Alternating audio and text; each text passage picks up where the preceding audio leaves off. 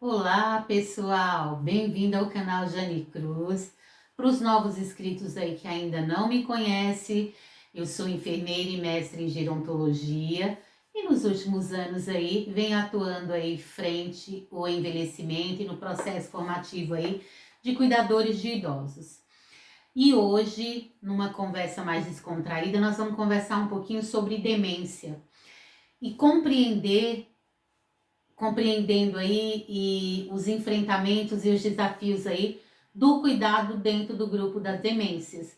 Vou trazer alguns conceitos, falar de forma mais geral dos tipos de demência, não específico, mas falando um conceito mais amplo aí, tá? Então, vamos entender o conceito demência. Quando eu ouço essa palavra demência, ou quando vocês escutam essa palavra, ouve esse conceito, talvez no consultório aí do geriatra, nos atendimentos aí, ou no grupo familiar, numa conversa mais informal, escuta falar, o cliente tem um tipo de demência, né? Ou tem uma demência, mas qual tipo? Quais são as características dessa demência? Quais são os cuidados voltados para essa demência? Então, vamos discutir, entender primeiro o que é, para depois a gente discutir cuidados mais específicos. Então, se eu falo em demência, é um transtorno, né, cognitivo, que isso vai causar um empobrecimento aí gradual do funcionamento do cérebro. Então, ele vai perdendo as funções, as habilidades aí ao longo da vida. Por quê? Vai ocorrendo um afetamento, ou seja, da capacidade de julgamento, da memória, da linguagem e de outros processos cognitivos aí que vai envolver a pessoa que tem a demência. Essa condição ela pode trazer limitações nas atividades de vida diária. Talvez no início do processo degenerativo não traga tanto, mas à medida que o processo degenerativo ele vai avançando, vai havendo maior impacto nas atividades de vida diária do seu idoso, do seu cliente, do seu paciente aí. Além disso, você vai observar distúrbios na parte emocional, na parte comportamental. Então, são características aí que a gente vai observando dentro do grupo da demência. E aí, para a gente ter um melhor atendimento, então vou abordar os tipos, falar um pouquinho de forma mais genérica dos sintomas, conversar sobre o diagnóstico e a classificação de forma mais abrangente. Depois eu posso trazer de forma mais específica, conforme for surgindo as dúvidas ou forem surgindo as inquietações aí por parte de vocês. Então vamos entender o diagnóstico. Como é feito o diagnóstico da demência? O diagnóstico eu não tenho um exame único, exclusivo, que define, olha, fulano, beltrano tem uma demência, este ou aquele tem uma demência. Vai envolver uma avaliação clínica e cognitiva do paciente. Então, o médico geriatra, a equipe multidimensional, multidisciplinar, ela vai fazer uma avaliação clínica e uma avaliação da função cognitiva do paciente. Aí, na sequência, nós vamos tratar do quê? Análise da sua capacidade de desenvolver atividade de vida diária devido às alterações sociocomportamentais. Aí vem exames laboratoriais, exames de imagens, neuropsicológicos, identificar o tipo de demência, com isso vai permitir identificar o tipo de demência e descartar outras possibilidades. Então, é um grupo de achados. Vai fazer uma investigação geral, neurológica, cardiovascular, pulmonar. Então, é uma busca generalizada em todas as partes, ou seja, todos os sistemas, para descartar outras doenças e associar a avaliação clínica com a avaliação cognitiva. E aí chegar no início de definição aí, né, por parte da equipe médica, é claro, ela que vai dar o diagnóstico de qual tipo de demência esse seu paciente possa estar apresentando. Outros recursos que vamos ter são os rastreios, né? São algumas escalas que são utilizadas aí para se avaliar. Um dos exames, por exemplo, mini exame mental. O mini exame mental é o teste mais comum para rastrear e fazer o acompanhamento aí dos quadros demenciais. Então, ele possibilita fazer essa análise, porque aí você consegue investigar, avaliar a condição neurológica em diferentes características. Falando da parte de localização em tempo e espaço, memória de curto prazo, memória de longo prazo, memória declarativa. Então, é possível usar essa ferramenta para avaliar como que está o quadro demencial da nossa pessoa idosa.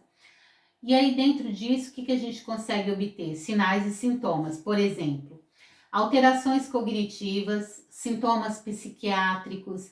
Então, a gente tem, por exemplo, quando eu falo da alteração cognitiva, uma característica similar aí que a gente pode encontrar como grande frequência é a perda da memória. Sintomas psiquiátricos, mudança do humor, mudança comportamental, mudança de personalidade dentro dessa característica aí, comportamento e diminuição da capacidade de realizar atividades de vida diária, como comer, tomar banho, levantar, sentar, coisas básicas. A avaliação clínica, então dentro da avaliação clínica a gente tem o histórico clínico desse cliente e a gente pode buscar também os antecedentes familiares, avaliações laboratoriais de imagem e neuropsicológico. Então, esse conjunto de avaliação possibilita aí e permite o diagnóstico da demência. Testes de rastreios, que a gente tem o mínimo exame mental, mas tem outros testes padronizados aí, que são utilizados pelos neurologistas, pelos geriatras, pelos gerontólogos, para direcionar, cada um com sua ferramenta, ou seja, o neuro vai usar esses recursos para definir diagnóstico, mas quando eu falo dos demais profissionais, ele vai usar esse recurso para desenvolver, né, e melhorar a qualidade de vida dessa pessoa numa condição de demência. Aí tem as classificações das demências. Quando eu falo das síndromes demenciais, aqui nas síndromes demenciais elas podem ser classificadas por categorias. Então eu tenho as demências degenerativas, decorrentes aí de acidentes vasculares, processos infecciosos, traumatismos, deficiências nutricionais, né? Corrigindo, fazendo uma ressalva aqui. As demências não degenerativas, que aí vai envolver, as não degenerativas vai envolver acidentes vasculares, processos infecciosos, então é algo extrínseco, ela está associada a outros processos patológicos e que trouxe implicação para a parte neurológica. Já as demências degenerativas, elas são mais estruturais, elas estão linkadas à estrutura cerebral, como Alzheimer, como a doença de Alzheimer, a doença de Huntington. Então, entra nessa característica. Então, para entender um pouco melhor, demências não degenerativas e demências degenerativas. A não degenerativa, ela está atrelada a outras doenças, acidentes vasculares, processos infecciosos, traumatismo, deficiências nutricionais, entre outros processos patológicos. As demências degenerativas, aí elas já vão envolver a estrutura cerebral, ou seja, Alzheimer, Huntington. Então, são doenças específicas da estrutura cerebral e que podem colaborar aí para o avanço da demência, ou seja, para o avanço das perdas funcionais aí desse sistema cerebral. Aí falando aí dos tipos de demência, né? Então, vamos pensar nessa característica aí. Tipos de demência, quais são as mais comuns, né? Tem alguns tipos, a gente escuta falar muito dos tipos de demência, mas vamos tratar aqui de forma mais generalista. Então, eu tenho a demência por corpos de Lewy, caracterizado aí por oscilações, então essas oscilações aí nos déficits cognitivos, e aí essa pessoa ela pode apresentar alucinações visuais recorrentes e sintomas de parkinsonismo leve. Então, isso é uma característica nesse tipo de demência. Quando eu falo da demência frontotemporal, ela pode ser de início variável, né? E com esse início variável, a gente vai ter alterações comportamentais, alterações de personalidade, alterações na linguagem, então é uma característica muito específica desse tipo de demência. Doença de Pink é uma forma de degeneração cerebral que vai atingir a massa cinzenta e com isso vai desencadear uma atrofia cerebral, ou seja, vai a massa cinzenta e branca com áreas de atrofia cerebral. Você vai perceber, ou seja, no diagnóstico vai ser possível identificar essa característica. Aí tem a demência vascular. Na demência vascular é a segunda maior causa de demência, ou seja, a segunda maior causa dos quadros de demenciais, desencadeado aí por doenças cerebrovasculares, né, os infartos cerebrais, apresenta início mais agudo, comparado à doença de Alzheimer, com deteriorização em etapas, ou seja, intercaladas por períodos de estabilidade. E aí vamos pensar um pouquinho nos fatores de risco para essa doença vascular. Vai incluir idade, hipertensão, diabetes, tabagismo, as doenças cardiovasculares e cerebrais, entre outras. Então, está muito envolvida com a parte estrutural. E aí, o que causa, né, essa demência vascular? Bloqueios e dano nos vasos cerebrais. Isso vai fazer com que haja um impedimento da oxigenação cerebral e nutrição deste tecido cerebral, o que traz consequências aí que podem ser severas. A apresentação clínica, né, dessa demência vascular. Então, quando eu falo dessa apresentação clínica, depende da causa, da localização do infarto cerebral. A gente fala infarto porque quando eu falo em infarto, eu não penso só no miocárdio, no cérebro também pode ocorrer um infarto, que nada mais é que o quê? Acidente vascular isquêmico, que é um bloqueio. E este bloqueio, né, ele vai ter um início agudo e pode ser, estar relacionado aí com a doença de Alzheimer. Então, a gente pode ter uma intercalação aí. Diagnóstico, então, histórico clínico, avaliação neuropsicológica, exames de neuroimagem. Então, esse conjunto vai possibilitar aí descartar outras doenças para chegar nesse diagnóstico. Por fim, chegamos na doença de Alzheimer. Então, a doença de Alzheimer é a causa mais prevalente de demência do grupo etário pré-senil e senil. Há um aumento gradual, quando eu falo desse aumento gradual observado aí dentro, ou seja, na população idosa, no envelhecimento populacional aí, a gente vai observando essa característica no mundo afora. No Brasil, na Europa, nos Estados Unidos, entre outros países aí, que vai se observando esse aumento gradual da doença de Alzheimer. Isso tem uma característica vamos falar assim, muito específica dela. O Alzheimer, ela tem um início insidioso, ou seja, ele é silencioso, gradativamente ele vai se instalando e de forma progressiva. Essa característica, ela traz um prejuízo diretamente para a memória, né? Então, em maior magnitude aí, falando dessa perda gradual, é o que a gente tem como foco inicial, a perda da memória. A doença pode ser dividida em 3 estágios aí, como compreendida cognitivo e funcional, que vai se agravando ao longo do tempo. Então, que estágios são esses? Vamos pensar no estágio inicial. Nós vamos ter uma perda da memória episódica no estágio inicial, que gera dificuldade no aprendizado de novos eventos.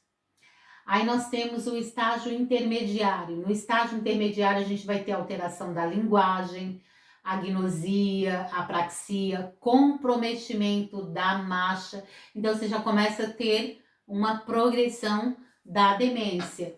E o estágio terminal, a gente tem o amplo comprometimento aí de todas as funções cerebrais. E esse amplo comprometimento das funções cerebrais vai ter um impacto corporal, porque isso vai deteriorar a qualidade de vida dessa pessoa, ou seja, há uma deteriorização da memória e com isso vai impactar as atividades de vida diária. Ela já não consegue comer sozinha, levantar, sentar, ela perdeu, ela já não consegue se identificar, não reconhece todos à sua volta.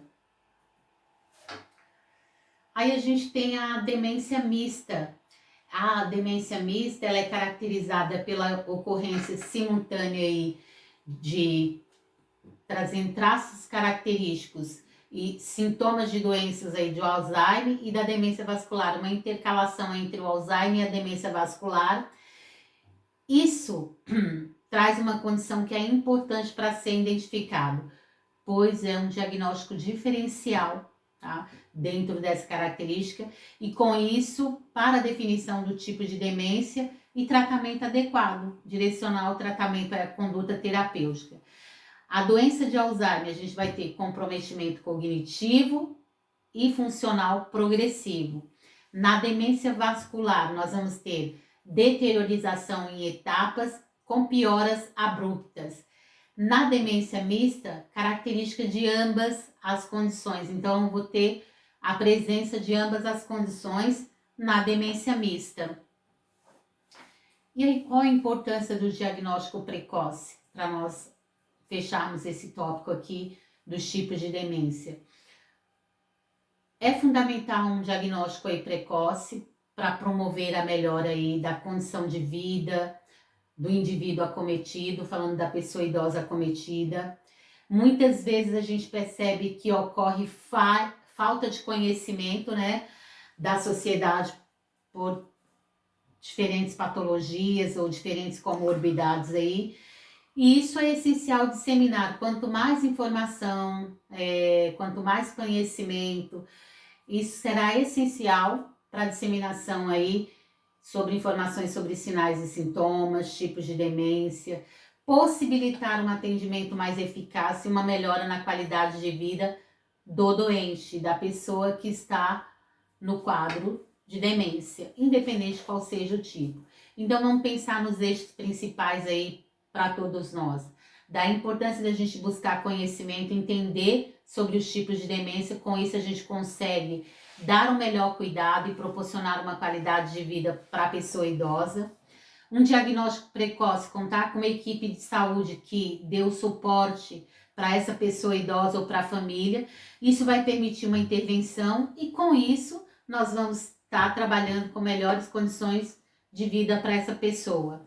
E qualidade de vida para pacientes e familiares, então ter um acolhimento, né, um suporte para exteriorizar. Vamos pensar na família, exteriorizar os sintomas e ter todo o entendimento sobre a doença. Então isso é vital. E você, cuidador, tem um papel essencial. Quanto mais conhecimento você tem, melhor será para o idoso que você cuida, porque assim você vai direcionar o melhor cuidado, ou seja, dentro das suas funções, dentro das suas atribuições, você pode dar o melhor cuidado, você pode estimular e você pode possibilitar o resgate, né, ou a manutenção da qualidade de vida da pessoa idosa.